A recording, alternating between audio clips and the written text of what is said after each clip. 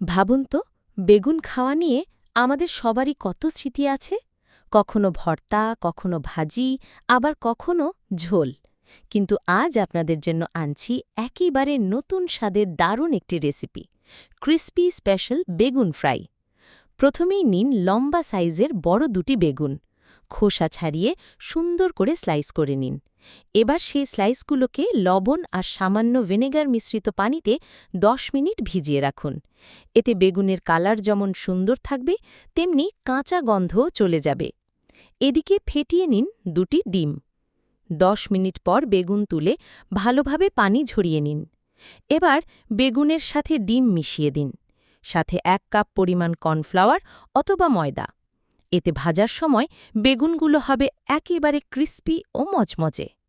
গরম ডুবো তেলে দিন বেগুনগুলো, আর ভেজে নিন সোনালি রং আসা পর্যন্ত। কি মজা!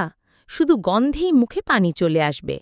এবার আরেকটি ফ্রাই প্যানে সামান্য তেল দিন, সাথে দিন চিলি সস আর টমেটো সস। সসটা হালকা জাল হয়ে এলে তাতে দিয়ে দিন ভাজা বেগুনগুলো। ভালোভাবে উল্টে পাল্টে মিশিয়ে নিন। শেষে উপরে ছিটিয়ে দিন সাদা তিল। ব্যাস, তৈরি হয়ে গেল দারুণ স্বাদের স্পেশাল বেগুন ফ্রাই। একবার খেলে মনে হবে, আহা, বেগুন এত মজারও হতে পারে। ভিডিওটি যদি ভালো লাগে তাহলে অবশ্যই টাইমলাইনে শেয়ার করে রাখুন। কে জানে, হয়তো আপনার বন্ধুদের মুখে হাসি ফোটাতে এই রেসিপিটি হয়ে উঠবে সেরা চমক।